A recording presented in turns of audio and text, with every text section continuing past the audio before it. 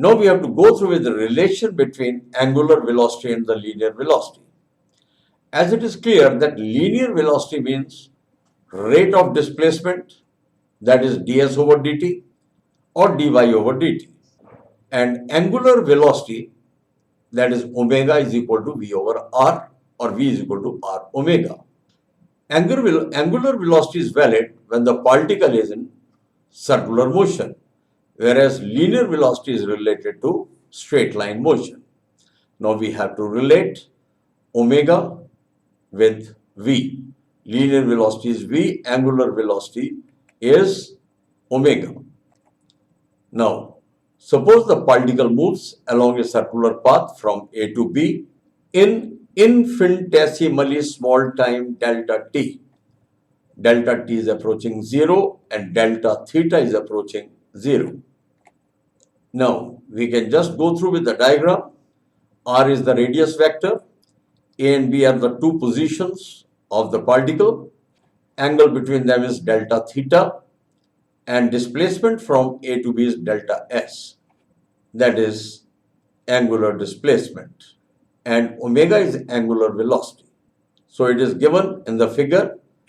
O to A and O to B are the radius vectors. Delta theta is the angle between the two positions, and delta s is the displacement. Particle is moving in circular motion as it is indicated in anti-clockwise direction. Now arc AB equal to chord AB, that is displacement of the particle is along a straight line. Linear velocity v is equal to limit delta t approaching 0, delta s over delta t, but delta s is equal to r delta theta. V is equal to limit delta t approaching 0, r delta theta over delta t. So when we wanted to find the velocity, then for delta s, we will have a replacement r into delta theta. That is what we have done. V is equal to limit delta t approaching 0, where delta t is very, very small, and this is equal to r delta theta by delta t is equal to r. Limit delta t approaching 0, delta theta over delta t, but limit delta t approaching 0, delta theta over delta t will be equal to omega, that is angular velocity. Therefore, v is equal to r omega, because limit delta theta over delta t is r. That is for circular motion only. The linear velocity is equal to radius multiplied by angular velocity. In the vector notation, vector v is equal to cross product of omega and r, where r is the radius vector and omega is angular velocity. Linear velocity of the particle performing curvilinear motion, that is motion in circle, is a vector product of its angular velocity and the radius vector. Now we come towards relation between the angular acceleration and linear acceleration. We must be aware of their definitions every time. When we use the term linear acceleration, it is a rate of change of velocity, that is dv over dt, or it is d square s over dt square, that is double derivative of displacement, or simply the derivative of velocity. But angular acceleration means that a particle is moving in circular motion, the acceleration is called angular acceleration, and the acceleration is directed towards the center and is always at 90 degrees to velocity. For circular motion, we know v is equal to r omega. On differentiating this function, that is dv over dt, so we will put d over dt both sides. So dv over dt, that is called acceleration, is equal to d over dt of omega r, and this can be written as r into d omega over dt equal to r, and d omega dt will be alpha. So dv over dt will be equal to linear acceleration, that is equal to angular acceleration multiplied by radius. In the vector form, Vector A is equal to the cross product of alpha and r, where r is the radius vector and alpha is angular acceleration, and A is called the linear acceleration. So this is how the angular acceleration is related to linear acceleration. All these facts are to be used in the numerical problems. So the formula is to be remembered. After reading a question, we have to decide which formula is to be applied. Now we come towards the types of circular motion. One thing is very clear, that whenever particle is moving in circular motion, the radius vector is r, joining the center with a point on the arc. Moreover, in circular motion, a centripetal force is directed towards the center. Centripetal acceleration is also directed towards the center. The centripetal acceleration is v square over r, and centripetal force will be mv square over r. Wherever we wanted to write v, it can be taken as r omega, because omega is v over r. So types of circular motion, when we speak, the particle is moving in uniform circular motion, speed will remain constant, velocity at different instants of time will be different, and radius vector is inclined at angle theta or 90 degrees with the velocity. Uniform circular motion. Motion of a particle along the circumference of circle with a constant speed is called uniform circular motion.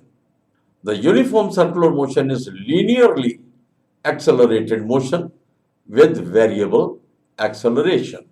Variable acceleration because velocity is variable, speed remains constant.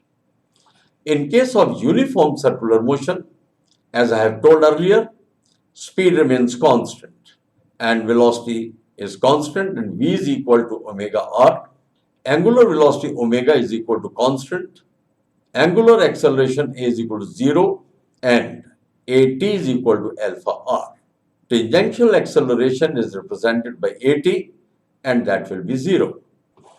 A radial acceleration or centripetal acceleration is given by function v square over r, but v is taken as r omega, so net function will become r square omega square, and r will cancel off, and the net result will become r omega square. Now speed and the magnitude of acceleration are constant, but their directions are always changing, so velocity and acceleration are not constant. Direction of velocity is always along the tangent, while that of AR along the radius, and V is perpendicular to AR. What is AR? That is acceleration along the radius. V is velocity. So velocity and radial acceleration is perpendicular to each other. It is shown in the figure. Particle is going on moving in circular motion from center to circumference. So the dotted line is indicating the radius vector, and we are finding that velocities are indicated by drawing a tangent at the different instants of time. However, radius vector r will remain constant and the speed will remain constant. So speed and magnitude of acceleration are constant, but their directions are always changing. So velocity and acceleration are not constant. Direction of vector v is always along the tangent, while that of AR along the radius. V perpendicular to AR. If the moving body comes to rest, that is velocity becomes 0, the body will move along the radius towards the center, and if radial acceleration AR vanishes, the body will fly off along the tangent. So a tangential velocity and radial acceleration, hence force, is a must for the uniform circular motion. Motion will be periodic. Now you must know what is periodic motion. That is, a particle is moving to and fro unidirectionally. So if a particle is repeating its motion about the mean position again and again after regular intervals of time, and motion is unidirectional, then the motion is called periodic motion. and the time period of the periodic motion t is given as distance over speed. Distance will be 2 pi r and v is the speed. So we can write this function as t is equal to 2 pi r over v, or t is equal to 2 pi over omega, and omega can be replaced by v over r. Then again it will become 2 pi r over v. The number of revolutions performed per unit time by the particle performing uniform circular motion is called frequency. It is given by function n is equal to 1 over t, and t can be replaced by 2 pi r over v. So the net function will become v over 2 pi r, or it can be explained in terms of omega, that is omega over 2 pi, because v can be replaced by r omega. R from numerator and denominator will cancel off, and the net result will be omega over 2 pi. SI unit of frequency is hertz, or cycles per second, or vibrations per second.